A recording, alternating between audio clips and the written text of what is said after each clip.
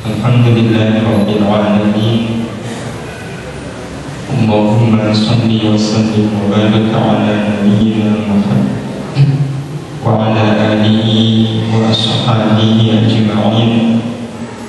La hawla wa la quwwata illa billahil aliyyil azim. Amma ba'd. Ibu-ibu, bapak-bapak dan rekan-rekan sekalian yang dirahmati Allah, sore ini kita kembali melanjutkan kajian kita tafsir surat An-Nur. Kita sangat berharap semoga semakin dalam kita memahami, menyelami samudra surat An-Nur ini, semakin banyak mutiara-mutiara agama yang bisa kita peroleh, bisa kita dapatkan, dan mudah-mudahan tidak hanya bermanfaat untuk kita, tetapi juga bermanfaati untuk saudara-saudara kita yang lain. Sore ini kita masih di ayat yang ke-44, sebuah ayat yang sangat singkat, yang secara umum ayat 44 ini bicara tentang ulul absar, di mana ulul absar adalah sosok yang memahami bahwa tujuan utama dihadirkannya kita di alam dunia ini adalah untuk pulang kembali ke hadirat Ar-Rahman, tapi tidak cuma sekedar pulang, tetapi pulang dengan selamat. Ini tujuan utama dari kita hidup di dunia, pulang dengan selamat. Bapak Ibu yang dirahmati Allah dan teman-teman sekalian, inilah ayat yang ke-44. Yuqallibullahu al-laila wan-nahar inna fi dzalika la'ibratan liulil absar. Yuqallibu, membolak-balikan siapa Allah, membolak-balikan apa? Al-laila, malam, wan-nahara, dan siang. Dibolak-balikan siang, malam, sehingga kita mengenal ada waktu siang, ada waktu malam, di mana keduanya selalu berbolak-balik. Begitu siang sirna datanglah malam, malam hilang datanglah siang, siang tenggelam hadirlah malam, terus menerus. Yang demikian ini kata Allah Subhanahu wa Ta'ala, inna fi dzalika la'ibratan, sungguh ada pelajaran, ada ibrah bagi siapa? Ini ulil absar, bagi ulil absar. Siapakah ulil absar itu? Ulil absar adalah yang selalu mampu mengambil pelajaran atau ibrah dari semua peristiwa kehidupan. Ini ketika kita ditanya tentang siapa ulil absar, berdasarkan ayat ini, ulil absar adalah siapa saja yang mampu bisa mengambil pelajaran dari semua peristiwa kehidupan. Karena dipergilirkannya waktu antara siang dan malam itu meniscayakan peristiwa dalam kehidupan ini. Apapun peristiwanya selalu bisa diambil pelajarannya bagi sosok ulil absar. Hadirin-hadirin yang dirahmati Allah Subhanahu wa Ta'ala, inilah ulil absar. Nah, khusus dari ayat ini, jadi ini yang sama-sama kita bahas. Ulil absar adalah sosok yang mampu mengambil pelajaran dari waktu kehidupan, mampu mengambil pelajaran dari waktu kehidupan.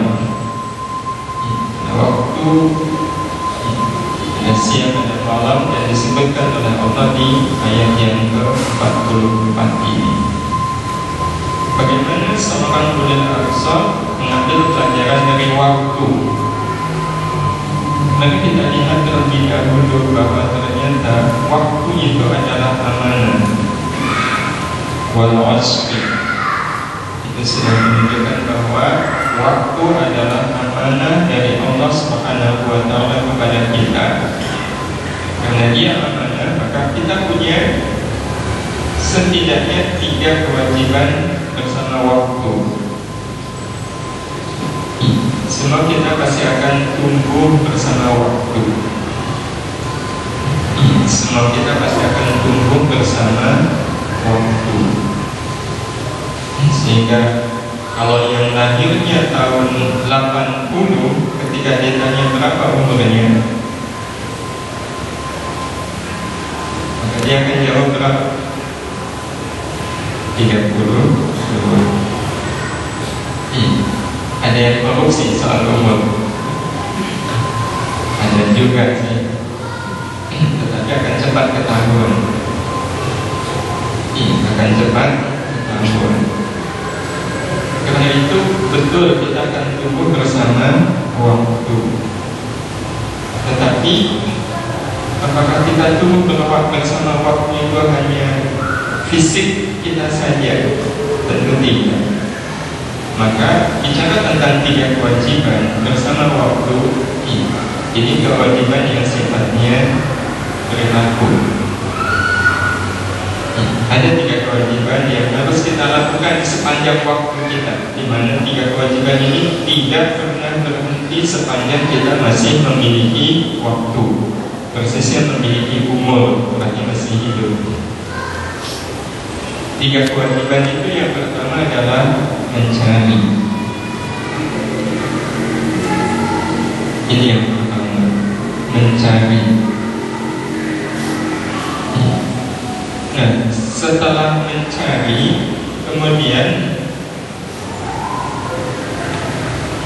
menemukan. Setelah mencari, kemudian menemukan.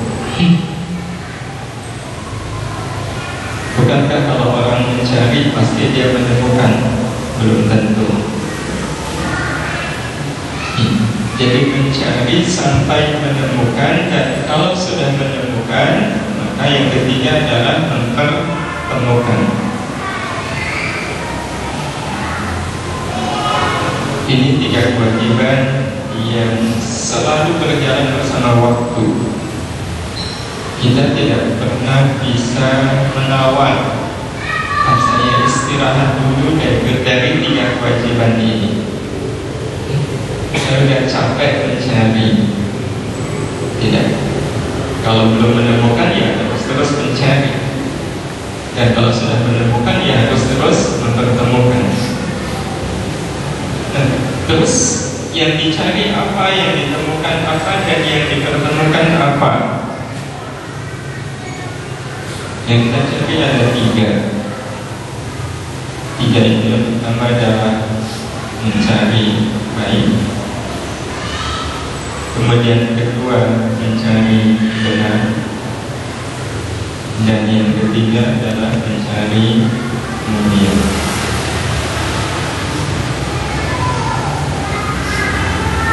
Ini yang harus dicari. Mencari baik, kebaikan, mencari kebenaran, dan mencari kemuliaan. Dan kalau kita sudah menemukannya, kita harus kemudian mempertemukannya. Sebab banyak orang yang sebenarnya dia baik, sebenarnya dia benar, sebenarnya dia mulia, tetapi ketiganya tidak bertemu. Jadi kadang yang nampak cuma baiknya saja, kadang yang kelihatan cuma benarnya saja, tapi lain waktu juga sepertinya yang nampak mulianya. Padahal yang akan kita temukan, benar itu tidak mungkin benar tanpa baik, baik juga tidak mungkin benar tanpa mulia, mulia tidak mungkin baik tanpa benar. Benar itu akan dikatakan benar kalau bersama dia ada kebaikan dan kemuliaan. Sebagai contoh, ada orang tua belum mau sholat, kemudian ada anak muda yang ingin mengingatkan beliau, Pak, sampai udah tua, udah beranak begini kok nggak mau sholat. Sholat Pak, kalau nggak masuk neraka. Itu yang dikatakan anak muda tadi benar nggak? Benar. Jadi baik.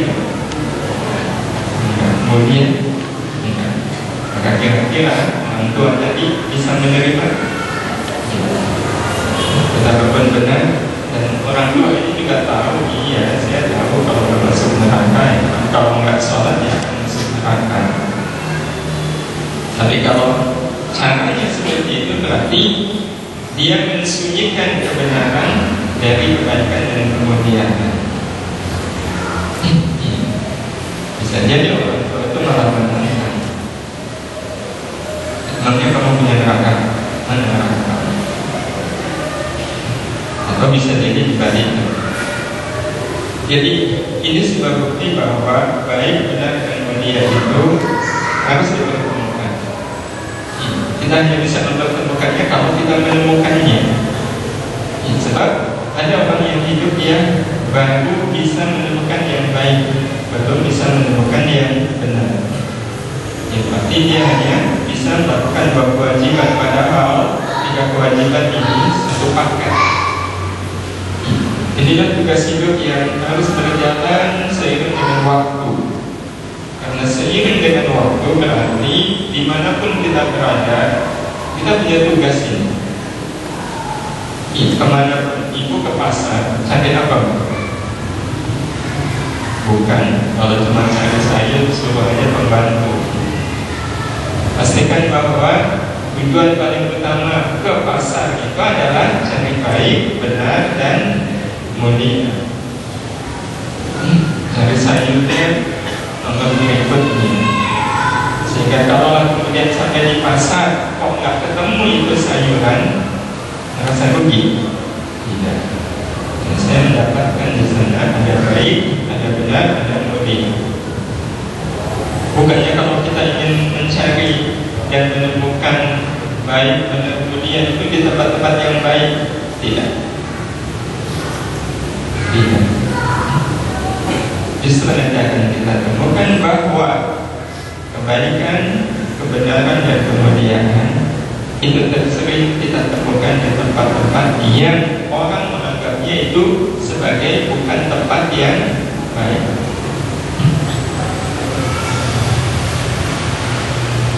Dan sesungguhnya dalam ketidakbaikan pun di situ ada kebaikan.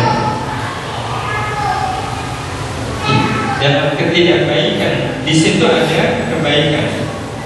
Dan tidak akan merasakan nilai sebuah kebaikan itu justru pada ketidakbaikan.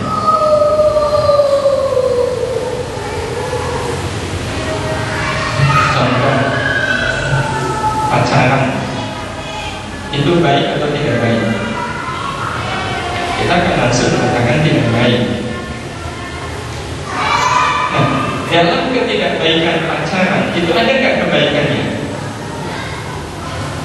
Ada. Ya, dalam ketidakbaikan pacaran itu ada kebaikannya. Lantas apa kebaikan dari pacaran itu? Kebaikannya adalah tidak melakukannya. Betul nggak? Iya. Siapa bilang pacaran itu jelek? Pacaran itu baik. Jadi ketika kita tidak melakukannya, bohong itu baik atau tidak baik? Tidak baik. Iya. Apakah dalam ketidakbaikan bohong itu ada kebaikan? Ada. Itu tidak melakukannya. Berarti kalau begitu benar, tidak bisa menemukan kebaikan itu tidak hanya dalam kebaikan, tapi kita justru akan menemukan kebaikan yang sesungguhnya dalam ketidakbaikan. Karena sesungguhnya orang yang baik itu bukan semata-mata orang yang melakukan kebaikan, tetapi di sisi yang lain dia adalah orang yang tidak melakukan ketidakbaikan. Orang baik itu tidak cukup hanya sekedar melakukan yang baik. Kalau Kalau yang buruk pun dilakukan kan jadinya tidak baik.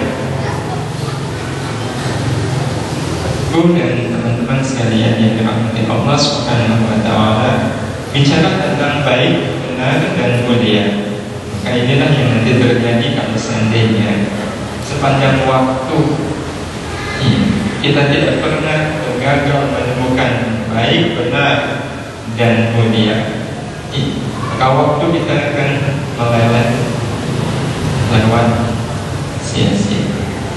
Dan itu pasti akan diminta pertanggung jawaban. Jadi mulai saat ini, kemanapun kita pergi, pastikan bahwa yang saya cari adalah baik, benar, dan mulia. Karena itu, orang-orang yang bersungguh-sungguh bahwa hidup ini adalah mencari, menemukan, dan mempertemukan baik, benar, dan mulia. Kemanapun dia pergi, pulang, dia menulis. Apa yang dia tulis? Ini tulis adalah apa yang saya temukan di sana, kebenaran apa yang kita dapatkan di sana, dan kemudian macam apa yang saya dapatkan ketika saya berada di sana. Jadi pulang dari pasar itu nulis, saya mendapatkan kebaikan apa saja di sana, kebenaran apa saja, dan kemudian apa. Sehingga kita bisa mengevaluasi setiap hari, setiap waktu, setiap saat. Kita selalu merasa menemukan ketiganya dalam setiap tentang waktu dalam kehidupan kita.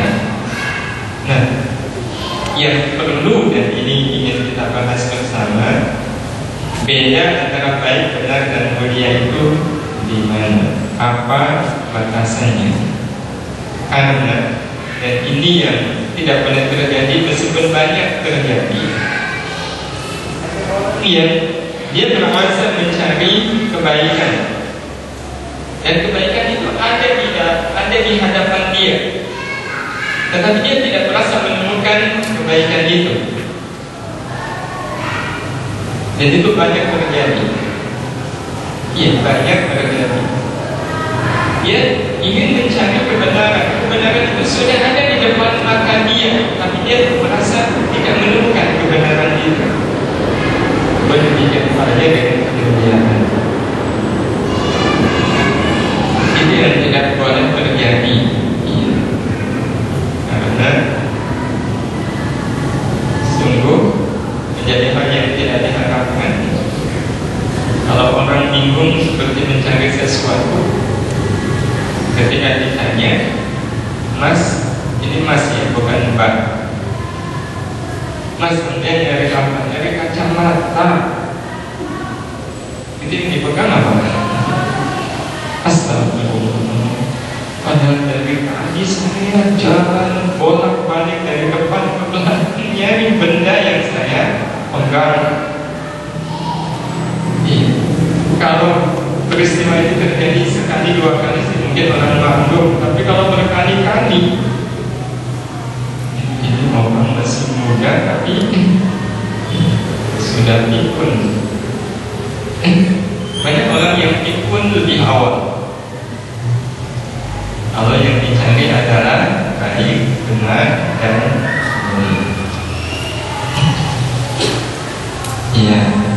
mendengar azan.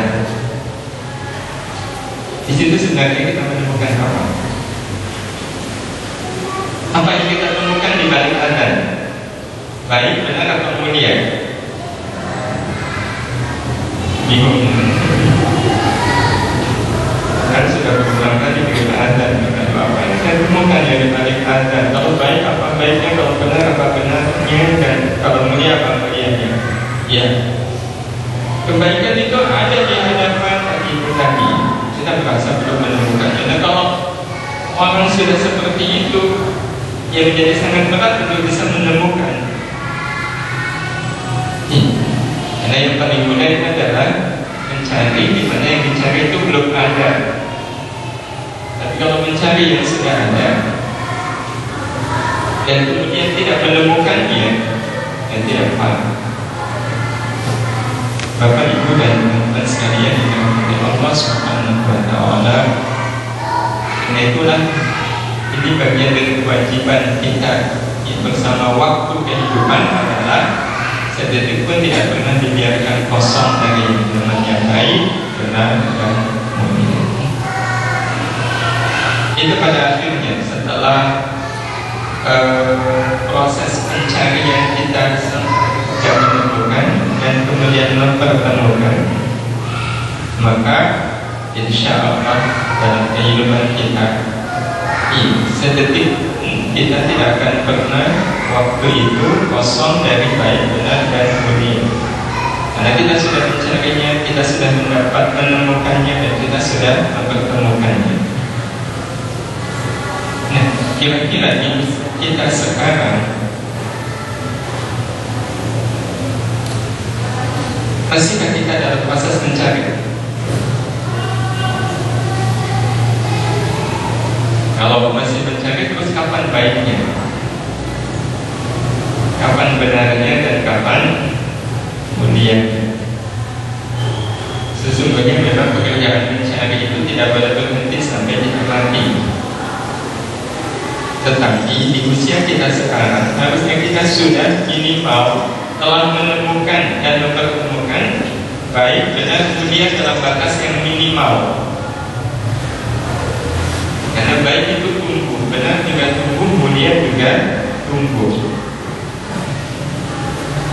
Dan itu orang-orang yang baik, benar, dan mulia yang tumbuh akan selalu kita temukan berbeda. Antara semisal kita bertemu dengan beliau hari ini dengan saya bertemu kembali dengan beliau sebulan yang akan datang. Hari ini saya menemukan betapa sangat mulianya beliau. Sebulan yang akan datang kita akan temukan beliau menjadi jauh lebih mulia. Itu berarti kemuliaan beliau tumbuh, kebenaran beliau tumbuh, kebaikan beliau tumbuh. Dan itulah memang namanya dari waktu. Waktu itu menghendaki kita tumbuh. Cuma banyak di antara kita yang tidak mau ikut tumbuh bersama waktu. Kita akan mengkerdilkan diri kita. Dan banyak hal. Contoh yang sering kita sampaikan, 10 tahun yang lalu dihina orang yang tampak apanya? Kehinaan atau kemuliaan? Persisnya 10 tahun yang lalu ketika dihina orang, kita jengkel atau senyum? Jengkel. Kalau jengkel itu berarti kita menampakkan kemuliaan atau kehinaan? Kehinaan. Itu 10 tahun yang lalu. 10 tahun kemudian, berarti sekarang dihina orang, yang nampak apanya? Senyumnya atau jengkelnya?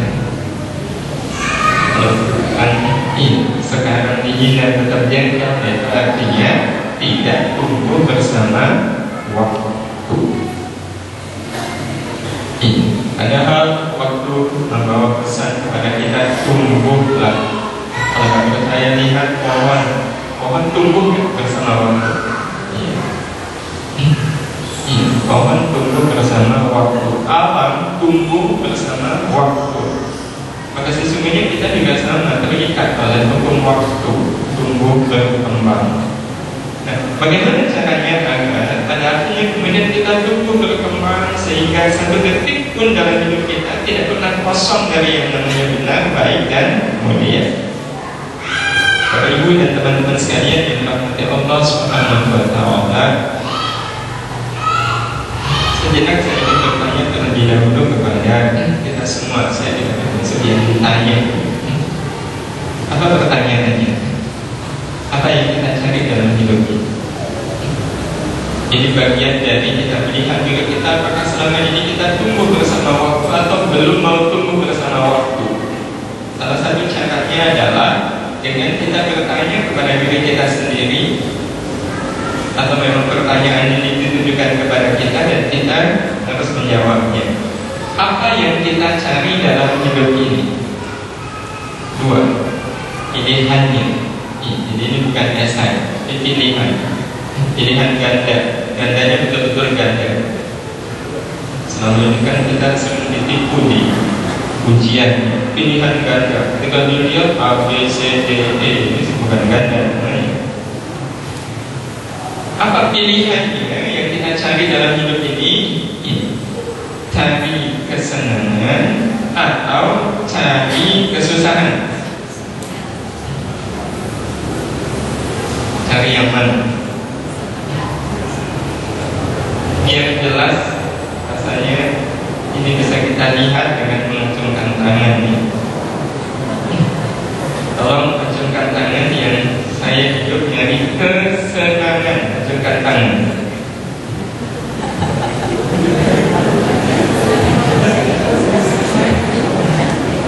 Ini yang gak ngacung ini betul-betul nyari kesusahan. Atau biar adil aja, maksudnya milih yang senang semua. Ya, umumnya orang mengatakan ya hidup ini cari apa lagi kalau bukan cari senang. Masa hidup cari susah? Logis ya, kelihatannya. Apa? Cari mana? Kalau cari suami yang kaya atau suami yang miskin? Pasti nyarinya suami yang kaya. Kalau ada dua pilihan, si A kaya, si B miskin, belum lulus lagi. Nekat. Iya, kira-kira pilih yang mana? Iya, kalau ada yang kaya yang melamar saya, kenapa saya harus pilih yang miskin? Berarti kalau itu dia cari apa? Cari senang. Orang hidup cari senang, betul kan? Mari kita lihat, Bapak Ibu dan teman-teman sekalian yang dirahmati Allah. Sesungguhnya kalau kita ditanya seperti ini, maka tidak ada jawaban yang akan membuat kita tumbuh bersama waktu, kecuali jawaban yang saya cari dalam hidup ini adalah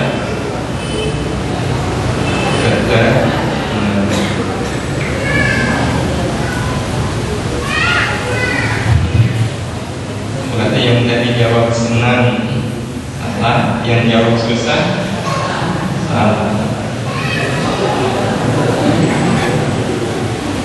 Tapi yang paling salah siapa?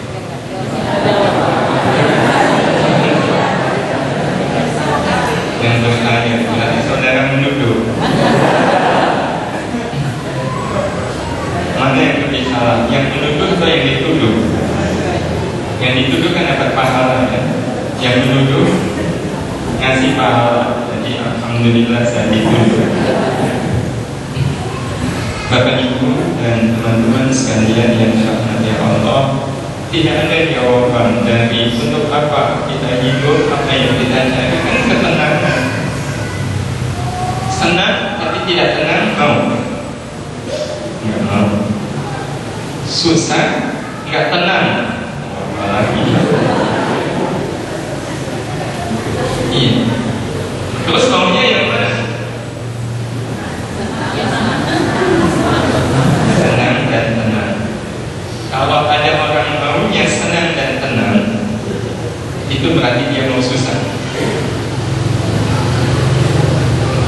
Kalau orang yang dia senang dan tenang, itu berarti dia sebenarnya menginginkan susah. Kenapa begitu? Mari kita lihat di manakah ketenangan berada. Kita harus cari. Kalau memang yang saya cari dalam hidup ini adalah ketenangan, maka kita harus pastikan ketenangan itu adanya di mana? Di dalam atau di luar? Di dalam apa? Di dalam hati. Nah, hati itu akan tenang ketika hati ada di mana? Ada nggak orang yang hatinya tenang ketika di mesin, tapi kalau di pasar hatinya nggak tenang? Ada nggak? Ada. Berarti kalau gitu, dia ketenangannya ada di mana? berarti tidak di hati kan? Katanya di hati. Tenangnya kalau di mesin, kalau di pasar gak tenang. Berarti sebenarnya ketenangan ada di mana? Dan terbukti kita bilang ketenangan itu ya adanya di dalam, yaitu di dalam hati. Tetapi apa yang terjadi? Kalau seandainya punya uang, tenang nggak hati kita? Tenang. Kalau nggak punya uang, berarti kalau begitu hatinya ada di mana? Kalau hatinya ada di uang, berarti hatinya berwujud uang. Berarti kalau begitu, ketenangan itu adanya di mana? Di dalam atau di luar? Tergantung apa? Tergantung siapa orangnya. Bapak Ibu yang dirahmati Allah Subhanahu wa Ta'ala, kadang tanpa disadari kita terjebak dengan apa yang selama ini dianggap sebagai sesuatu yang paling sebenarnya. Ketenangan itu ada di hati, di dalam, itu di dalam hati. Tapi ketika dicek ternyata tidak di hati, tetapi di luar hati. Ada pada uang, ada pada kekayaan, ada pada jabatan. Nah, karena itu kita harus memastikan di manakah ketenangan berada. Di mana kesenangan ataukah kesusahan? Karena memang hidup ini isinya dua kan, kalau nggak susah ya senang. Iya. Di mana? Di balik kesenangan ataukah kesusahan? Dua-duanya. Kalau dua-duanya berarti apa bedanya antara senang dengan susah? Kalau misal ada pada dua-duanya, maka nggak perlu ada senang, nggak perlu ada susah. Bapak Ibu dan teman-teman sekalian yang dirahmati Allah Subhanahu wa Ta'ala, mari kita lihat saudara-saudara kita ini. Mereka cari apa? Cari senang atau cari susah?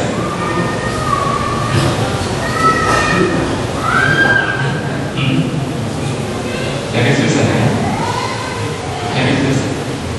Berarti ada kan orang yang dalam hidupnya dia mencari susah. Kenapa mereka mau cari susah? Memang di balik susah itu ada apa? Kenapa mereka mau mencari susah? Sesungguhnya kalau kita pernah melakukan seperti apa yang dilakukan oleh mereka, mencari susah itu sesungguhnya ada dalam kerangka mencari ketenangan. Sebab kalau orang mau mencari susah begini, kalaulah kalah, itu kalah dalam kegelisahan atau ketenangan. Kalau mereka sudah mengibarkan bendera jihad, melawan segala bentuk kemungkaran, melawan segala bentuk kebatilan, Allah pun akan membuatkan ketenangan. Kalau menang,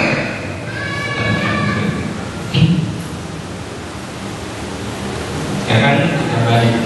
Tadi saudara-saudara kita yang berjihad melawan Israel Yahudi, sekarang kalau ini, oh bukan, masih mereka ini cari apa?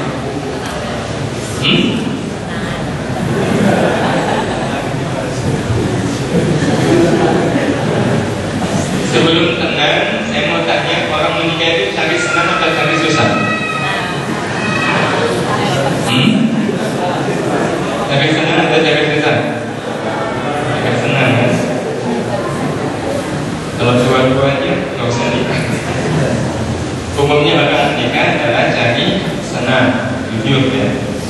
Buktinya kalau orang menikah wajahnya sedih atau gembira? Tergantung nikahnya diapakan. Dipaksa gembira, tapi umumnya orang kalau menikah kan wajahnya kelihatan gembira, berarti senang. Orang menikah jadi senang. Tetapi kalau orang menikah cari senang, apa yang dia dapatkan? Kalau memang yang dicari senangnya, yang dia peroleh kecewa atau sebaliknya? Kalau memang betul yang dicari hanya kesenangannya saja, sering orang kecewa. Baru 2 hari menikah, istrinya baru paham kalau suaminya di samping sebagai seorang pengusaha ternyata punya profesi sambilan sebagai petinju kelas terbang.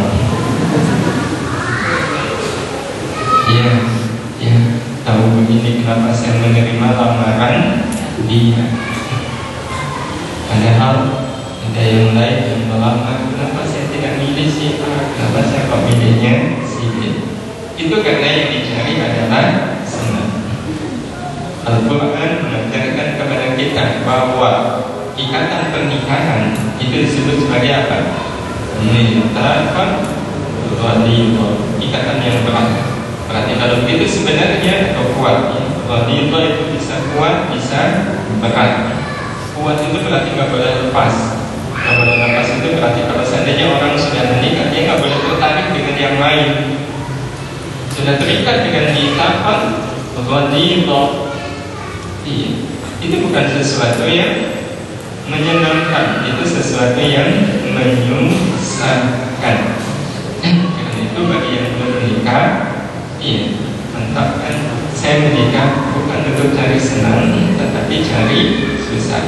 Karena saya menikah untuk cari susah, maka jangan cari yang cantik-cantik. Sebab kalau cari yang cantik kan berarti pengennya senang. Pengennya senang. Yang putri juga begitu. Nah terus gimana? Kalau bisa sih subsidi silang. Jadi kalau yang tampan, tolong cari yang tidak cantik. Biar nanti ada perbaikan keturunan. Demikian saja semuanya. Bapak Ibu yang dirahmati Allah Subhanahu wa Ta'ala, mari kita renungkan nasihat ini. Karena kesusahan di saat engkau menemukan ketenangan. Ketenangan itu tidak berada di balik kesenangan. Ketenangan itu ada di balik kesusahan. Orang yang tak mau susah tak akan pernah tenang hidupnya. Mari kita cek. Tahajud itu menyenangkan atau menyusahkan? Menyusahkan. Puasa menyenangkan atau menyusahkan? Baca Quran 1 hari 1 juz, semuanya itu menyusahkan. Tetapi kita semua tahu di balik itu ada kegelisahan atau ketenangan. Di balik itu sebenarnya ketenangan. Nah, paling kurang kalau kita tidak mau mencari, ya paling tidak menerima. Karena siapa yang mau menerima kesusahan, dia akan menemukan ketenangan. Sebab kalau ada orang yang mau menerima kesusahan, itu menunjukkan bahwa dia adalah orang yang ikhlas. Dan ketenangan itu bersahabat dengan keikhlasan. Orang yang selalu ikhlas menerima apapun, dia akan tenang. Menerima yang susah. Adakah orang yang ikhlas menerima yang menyenangkan? Ada. Cenderung orang kalau dapat kesenangan itu merasa puas atau tidak merasa puas? Dan itu sebenarnya betul Bapak Ibu yang dirahmati Allah Subhanahu wa Ta'ala. Ketenangan itu ada di balik kesusahan. Ketenangan itu ada di balik kesusahan. Cuma memang masalahnya tidak mudah menemukan ketenangan yang ada di balik kesusahan ini. Tidak semua orang menemukannya. Itu bergantung memang ada seperti apa orang. Bahkan ada juga orang yang dia mendapatkan kesusahan tetapi bukan ketenangan yang dia peroleh. Tetapi yang dia dapatkan apa bahasa anak mudanya? Kalau ya, sekarang ada iklan ya. Kalau galau ada minumannya khusus untuk iklan. Iya, jadi kita menghilangkan kegalauan adalah dengan memahami hakikat kesusahan itu. Memahami hakikat kesusahan. Nah, bagaimana kemudian kita memahami hakikat kesusahan? Ini lagi galau. Ketenangan adalah buah dari kesusahan. Ketenangan adalah buah dari kesusahan. Nah sekarang, Bapak Ibu dan teman-teman sekalian, bagaimana kita memahami kesusahan? Bahwa ternyata dalam kesusahan itu ada ketenangan. Mana yang lebih merupakan sebuah surprise ya?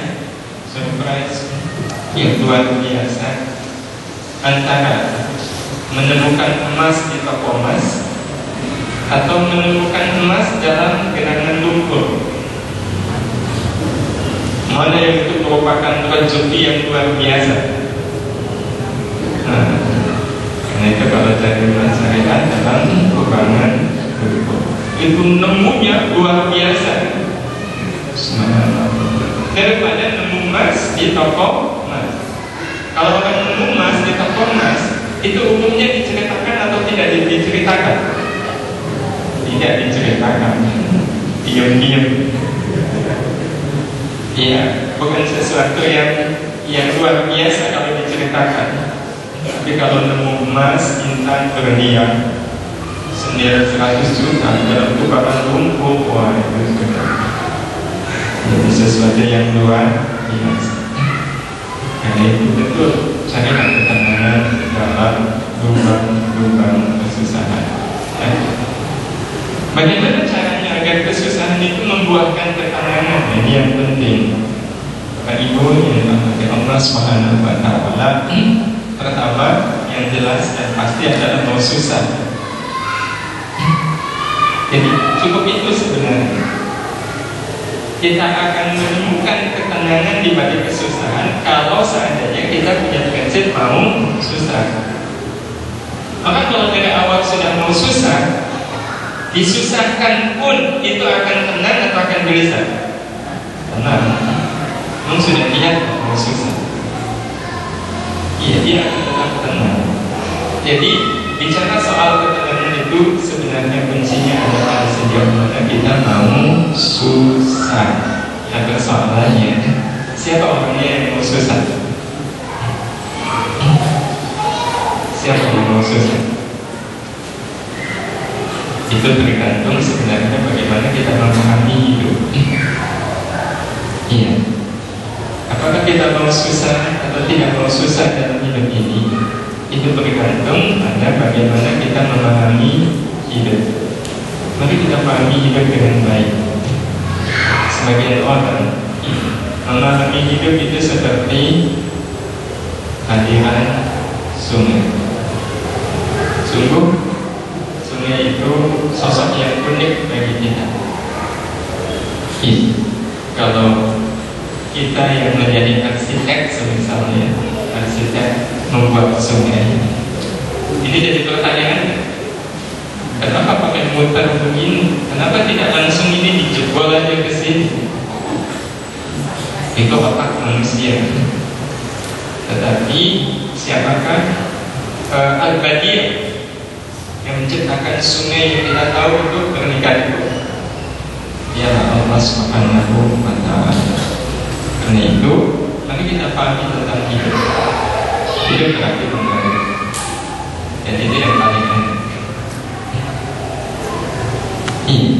Hidup itu mengalir.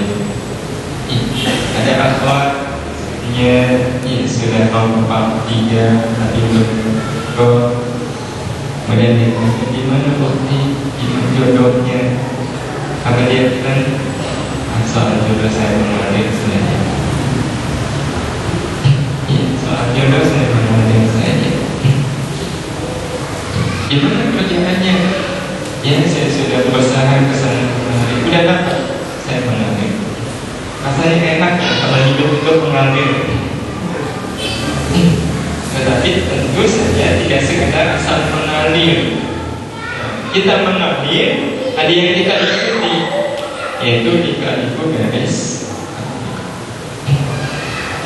Itu yang kita ikuti, lika-likunya garis takdir, di mana kita tahu bahwa garis takdir itu sudah terukir sejak kapan?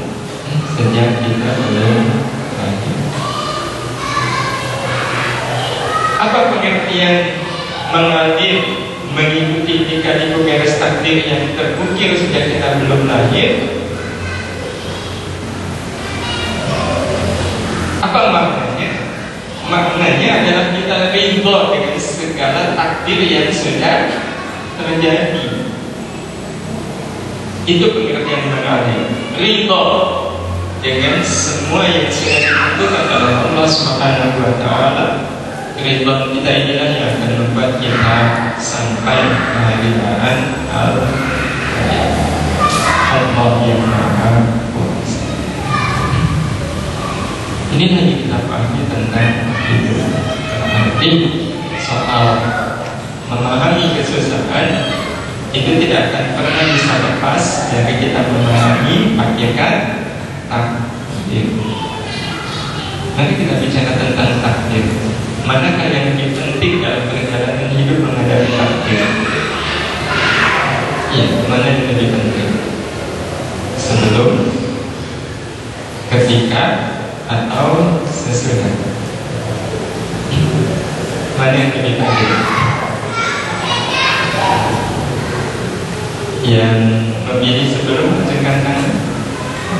Sebelum 1, 2, 3, 4, 5. Yang apa? Ibu-ibu.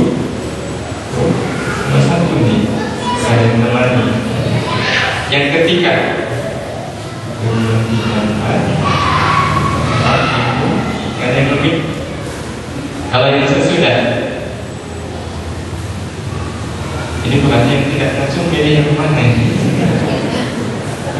Walaupun baik. Mari kita lihat dan kita bandingkan antara sebelum, ketika, dan sesudah. Sebut sajalah takdir menikah. Menikah itu takdir bukan Bapak Ibu. Oleh boleh hal akhirnya takdir kan? Bahkan takdir menikah itu sudah ditentukan sejak kita belum lahir. Nah, takdir menikah, mana yang lebih penting? Sebelum menikah atau ketika menikah? Sebelum. Iya, betul. Dibanding dengan ketika, sebelum itu kelihatannya lebih penting.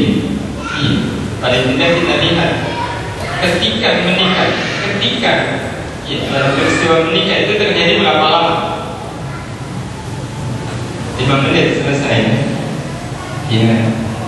Kalau baca Qurannya agak panjang dan 10 menit. Tergantung baca Qurannya, tergantung khutbahnya. Tapi kalau ijab kabulnya itu sendiri sebagai hal yang paling inti, berapa lama bisa diselesaikan?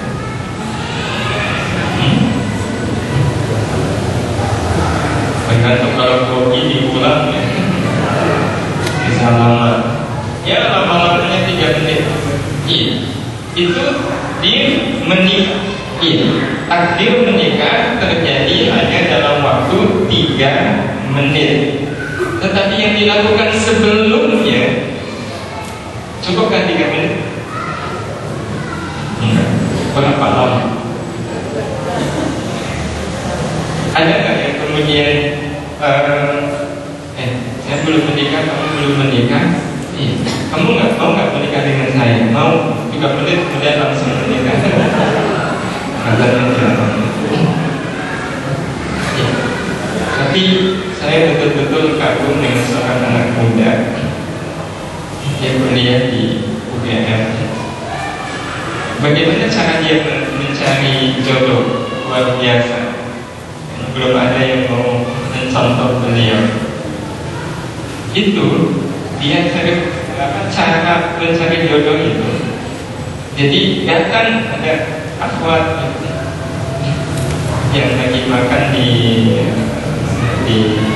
kantin, di sekumpulan akhwat lagi makan di kantin.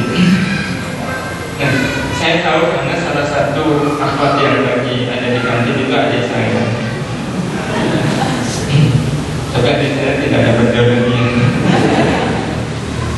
Nah, beliau bilang begini, akhwat, saya akan namanya disebut, saya sudah siap menikah. Adakah di antara nanti yang mau menikah dengan saya?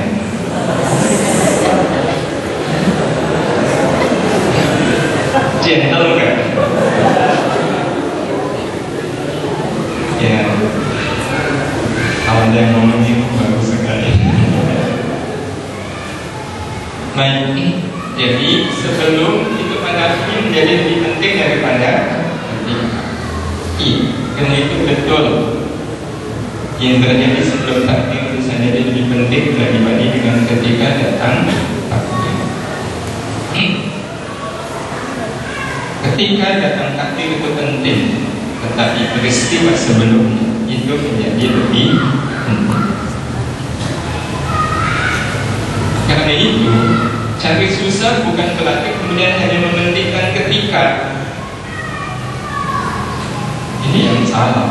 Kalau memang hidup ini cari susah, ya udah terserah apa takdirnya. Makanya kalau ketika datang takdir, saya ikhlas, saya menerima, saya ridho, saya rela. Enggak. Sebelum takdir terjadi, ada takdir sebelumnya. Nah, karena itu sebelumnya sekadar jadi lebih penting. Nah, kalau sebelumnya itu lebih penting daripada ketika, sekarang kalau dibandingkan dengan sesudah, mana yang lebih penting, sebelum atau sesudah? Takdir menikah sudah. Dan sesudahnya itu menjadi penting atau sangat penting?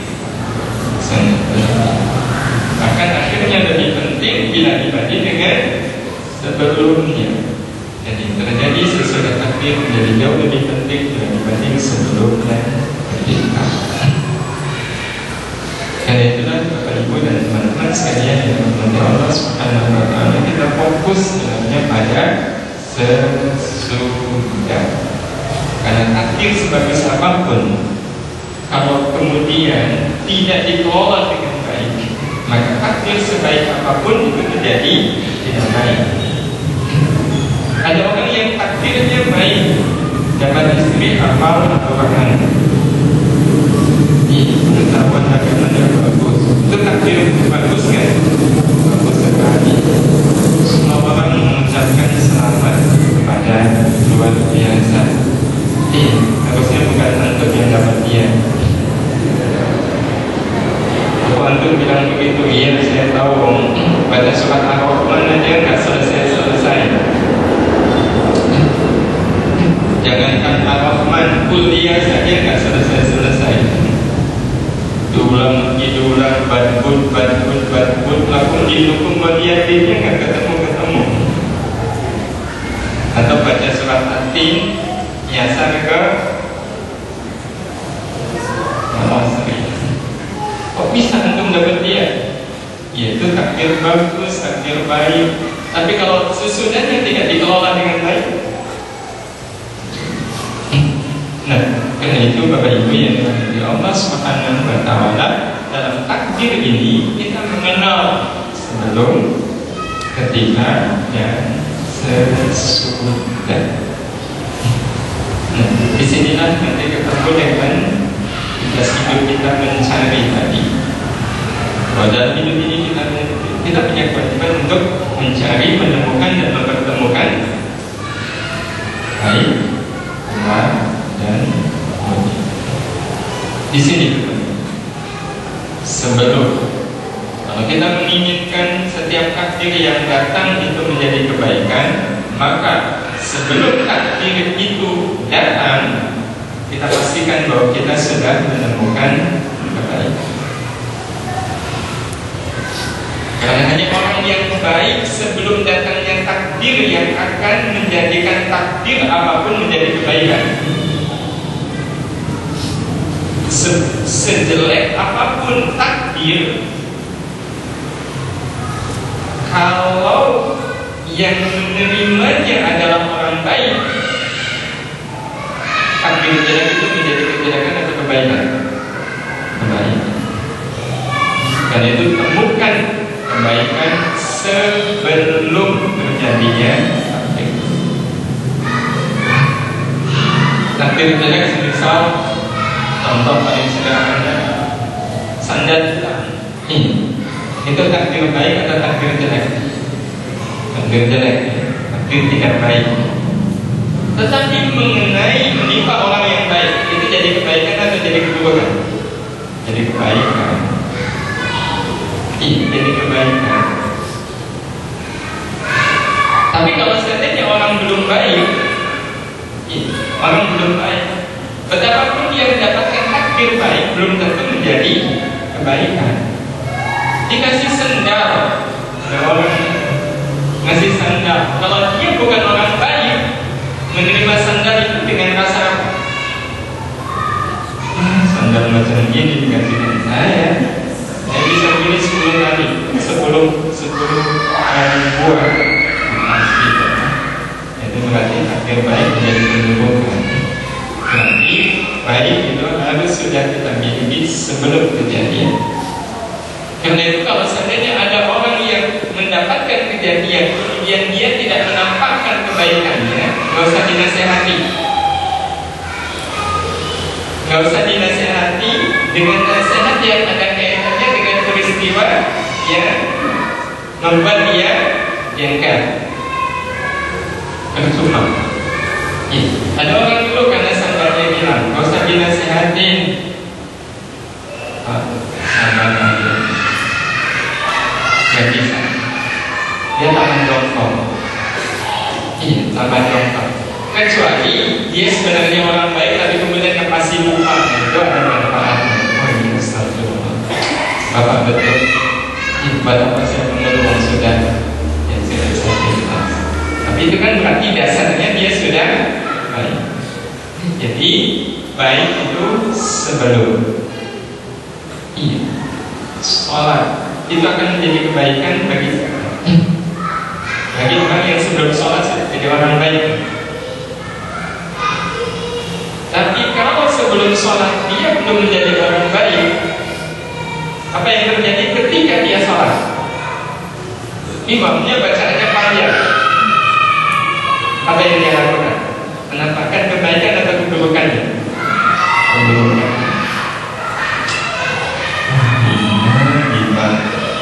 Tentang sudah hafal Quran, kemudian dia udah sombong, duduk lagi, berburuk sangka lagi. Maka sholat seperti itu menjadi ketidakbaikan. Jadikan diri kita orang baik sebelum segala sesuatunya, apapun segala sesuatu itu. Nah, itu sebelum. Lantas kalau ketika pastikan yang sudah kita temukan adalah benar. Karena pada saat ketika tanpa kebenaran itu akan menjadi masalah. Ada orang sebenarnya dia sudah baik, buktinya sebelum dengar azan sudah ke masjid. Itu tandanya orang baik bukan? Orang baik. Ya, dia sudah ada di masjid sebelum azan. Pas azan, orang-orang salat qabliyah. Dia karena belum menemukan yang namanya benar, apa yang dia lakukan?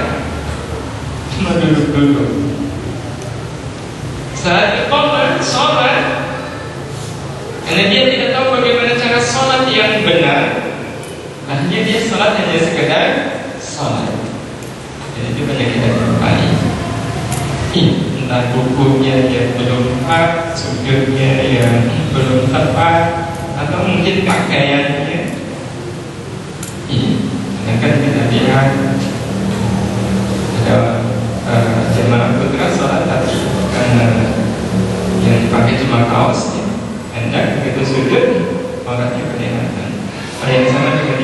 apa? Pakai buku sih memang, tapi kok bayangan lehernya kelihatan, itu berarti belum menutup aurat. Betapapun dia sholat, berarti sholatnya tidak benar. Berarti benar itu sangat dibutuhkan untuk ketika. Dan kalau sesudah, yang dibutuhkan adalah kemudian. Ada banyak orang yang dia sudah baik sebelumnya, ketika dia sudah benar, tetapi sesudahnya ngomong kemana-mana. Ngomong kemana-mana. Pulang haji yang diceritakan apa? Alhamdulillah, harusnya kan sebenarnya nggak usah diceritakan. Ya, tapi kadang itu tadi betapa pentingnya mulia sesudah. Bayangkan waktu saya di Masjidil Haram itu entah kenapa tiba-tiba sudah dekat dengan Hajar Aswad. Dan begitu saya sudah ada niat ke sana, jarak kira-kira 2 meter, itu semua orang sepertinya minggir semua. Mempersilahkan saya untuk mencium Hajar Aswad, dan ketika saya sudah mencium yang kuat, tiba-tiba saya sudah berada di tempat yang aman, nggak lagi berdesak-desakan. Ya, itu sangat boleh jadi waktu sebelumnya dia baik di Masjidil Haram dia benar, tetapi dia tidak mampu mengelola sesudahnya, sehingga apa yang terjadi kemudian tidak menjadi kemudian. Dan kita bisa bayangkan orang sudah baik, sudah benar, tapi dia tidak mulia. Apakah kebaikan dan kebenaran punya nilai? Menjadi tidak menjadi. Untuk itulah kenapa kemudian ketiga-tiganya harus ada di dalam diri kita. Dan itulah yang pada akhirnya menjadi orientasi kehidupan yang paling utama bagi sosok bernama Ulil Absar. Belajar pada waktu. Waktu saya harus tumbuh bersama kebaikan, kebenaran dan kemuliaan. Baik itu sebelum, benar itu ketika, dan mulia itu sesudah. Ini belum selesai. Mungkin akan kita tuntaskan pada pertemuan yang akan datang. Tapi sisa waktu yang akan mari kita manfaatkan untuk diskusi dan dialog. Saya percaya. Sudah kan?